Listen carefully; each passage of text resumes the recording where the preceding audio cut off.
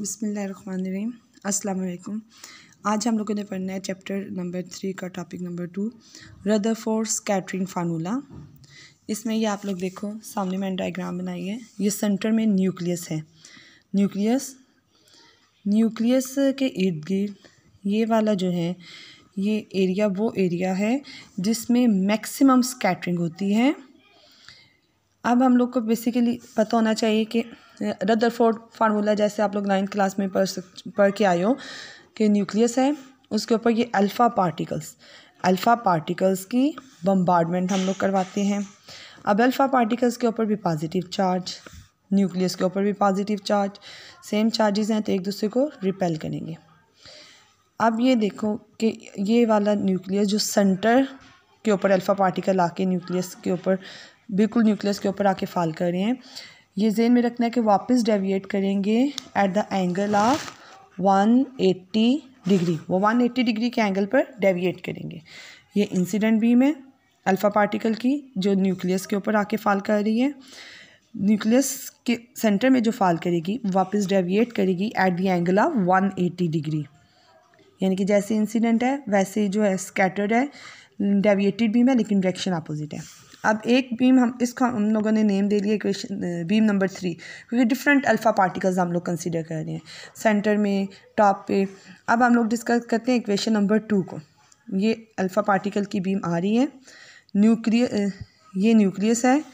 ये वाला एरिया मैंने आपको बताया था, ये सारा एरिया जो है ये वो एरिया है जिसको हम लोग बोल सकते हैं कि स्कैटरिंग एरिया, जिसमें पार्टिकल्स जो हैं वो स्कैटर्ड करते हैं। इसमें जो इस एरिया के अंदर जो अल्फ़ा पार्टिकल्स आते हैं वो डेविएट कर जाते हैं।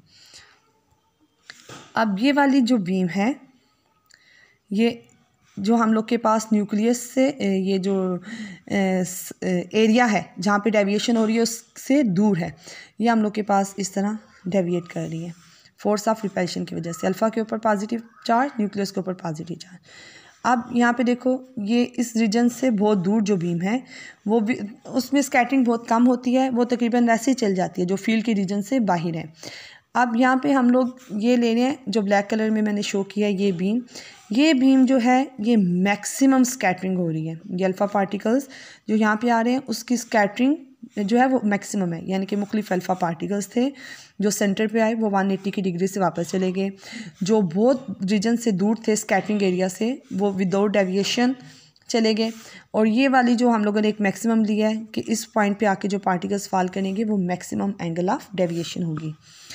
असल में हम लोगों ने प्रोबेबिलिटी फाइंड आउट करनी है। ये जो हम लोगों ने स्कैटरिंग एरिया है, मैक्सिमम स्कैटरिंग एरिया, इसमें हम लोगों ने प्रोबेबिलिटी फाइंड आउट करनी है कि कितने % जो अल्फ़ा पार्टिकल्स स्कैटर्ड होती हैं।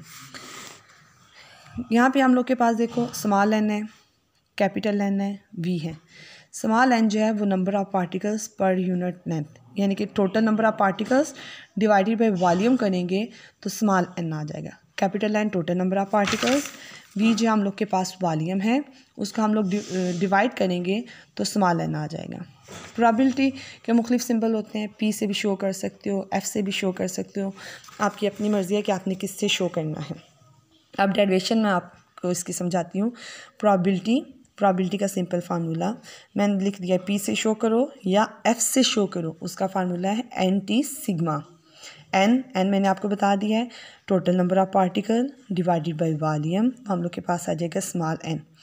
अब अगर आप लोग को रदरफोर्ड स्कैटरिंग फार्मूला याद हो, जो कि पहले पढ़ चुके हैं इस सिलेबस में, हम लोगों ने वो पूरा थ्योरी नहीं पढ़नी 9th क्लास के लेवल में। यहाँ पे हम लोग के पास सेंटर में होती है गोल्ड लीफ की फाइल, जिसमें हम लोग % ऑफ स्कैटरिंग फाइंड आउट करते हैं। वो गोल्ड लीफ की जो सेंटर में फाइल हम लोग यूज़ करते हैं उसकी थिकनेस हम लोग के पास स्मॉल t, n भी हो गया, स्मॉल t भी हो गया। अब आ गया सिग्मा मतलब नंबर ऑफ़ अल्फ़ा पार्टिकल, उसकी डेंसिटी।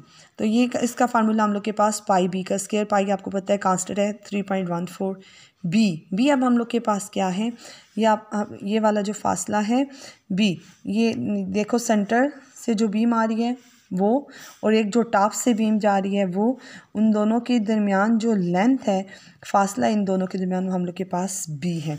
तो यहाँ पे हम लोग के पास ये आ गया पाई b का स्क्वायर। b जो हम लोग के पास इम्पैक्ट पैरामीटर है, इसका हम लोग बोलेंगे इम्पैक्ट पैरामीटर। अब प्रोबेबिलिटी का फार्मूला जो हम लोगों ने ये वाला फार्मूला था, इसमें हम लोगों ने इम्पैक्ट पैरामीटर सिग्मा का आंसर पुट कर दिया है। तो हम लोग के पास आ गया एन टी पाई बी का स्क्वायर।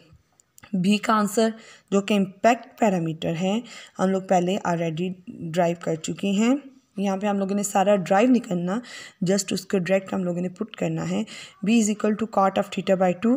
थीटा में पता है कि ये डिफरेंट एंगल्स थीटा जो है वो वेरी कर रहा है। बाकी जी ई का square 4 pi epsilon naught E, ये सारी चीज़ें जो हम लोग के पास कांस्टेंट हैं। अब हमने क्या करना है कि ये वाला आंसर जो है बी का, एफ़ के आंसर में हम लोगों ने जो है यानी कि प्रोबेबिलिटी में इस कांस्टेंट का आंसर पुट कर देना है बी का स्क्वायर। तो इस पूरी रकम का हम लोग क्या लेंगे, स्क्वायर लेंगे। एन टी पाई सेम रहेगा, प्रोबेबिलिटी में देखो एन टी पाई था, साथ था बी का स्क्वायर।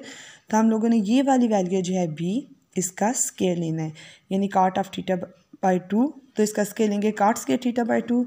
जी ई का square over 4 pi epsilon naught E, ये सारे कांस्टेंट है, 4 भी constant, pi 3.14 epsilon naught permittivity of free space, E electric field, E का स्क्वायर चार्ज, इसका हम लोग होल स्क्वायर लेंगे। ये सारी कांस्टेंट है, कांस्टेंट को अलग लिख लिया है, वेरिएबल को ब्रैकेट से हम लोगों ने बाहर निकाल लिया। अब हम लोगों ने फाइंड आउट करना है, ये तो था सिंपल प्रोबेबिलिटी एफ। अब हम लोगों ने फाइंड आउट करना है change in probability, change in probability.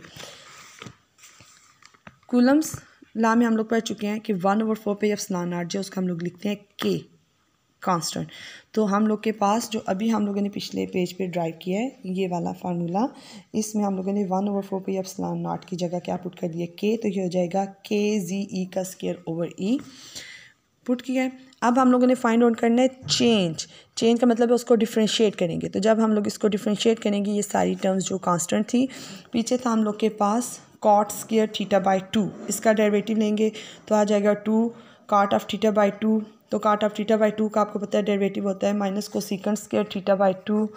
तो थीटा बाई 2 का गेन लेंगे तो 1/2। तो ये आ गया हम लोग के पास कॉट थीटा बाई 2। फिर इसका डेरिवेटिव लिया तो cosecant square theta by 2। Theta by 2 angle है, इसका डेरिवेटिव लेंगे हम लोग तो आ जाएगा 1/2 और थीटा का आ गया डी थीटा। ये हम लोग के पास 2 से कैंसिल हो जाएगा। अब ये वाली चीज़ जो है इस डायग्राम में, ये वाली जो चीज़ है हम लोगों ने इसको अलग से एक्सप्लेन किया है कि पहले अगर हम लोग ये ओरिजिन ओ, यहाँ पे न्यूक्लियस है, ये हम लोग अल्फ़ा पार्टिकल अगर यहाँ से फॉल कर रहे हैं तो ये वाला रेडियस जो हम लोगों ने आर कंसीडर किया है, यहाँ थीटा है तो इसके सामने इसको कंपोनेंट्स में डिवाइड करेंगे तो आर साइन थीटा। अब इसका अगर हम लोग रेट ऑफ चेंज, जैसे प्रोबेबिलिटी हमने कहा है rate of change of probability find out कर रहे हैं, तो ये इसमें अगर चेंज हो रहा है इसका इम्पैक्ट पैरामीटर या मैक्सिमम स्कैटरिंग की जो हम लोगों ने प्रोबेबिलिटी फाइंड आउट करने के लिए एरिया लिया था, वो एरिया अगर चेंज हो रहा है तो ये एंगल थीटा, उसका एंगल चेंज हो गया डी थीटा। यहाँ पे हम लोग के पास ये आर्क लेंथ आ जाएगी। आर्क लेंथ का फार्मूला आप लोगों को पता है S is equal to R theta. तो यहाँ पे एंगल हम लोग के पास आ जाएगा डी थीटा, क्योंकि हम लोग के पास एंगल डी थीटा है तो ये आ जाएगा आर डी थीटा। तो यहाँ पे अब हम लोग एरिया फाइंड आउट करते हैं। हमें पता है कि सरकमफेरेंस उसकी सिर्फ लेंथ होती है, तो सरकमफेरेंस का फार्मूला होता है 2 पाई are sign of theta.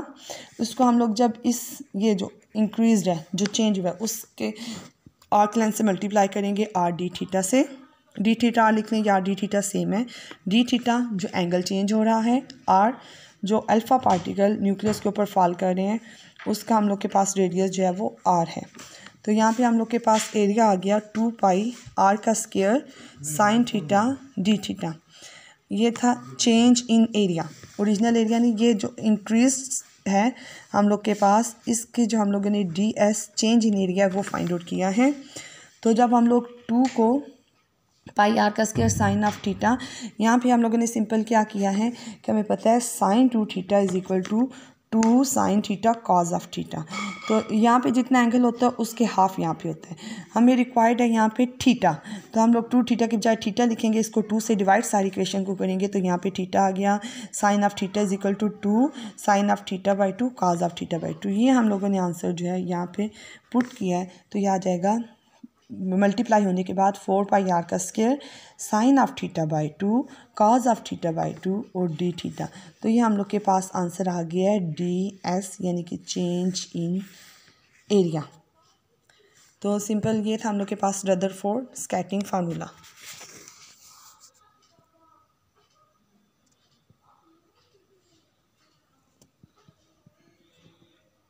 Theory जो इसके आपको मैंने कॉलेज में नोट्स बनवाए हुए दिए हुए, उसमें जो थ्योरी है वो आप इसमें ऐड करेंगे।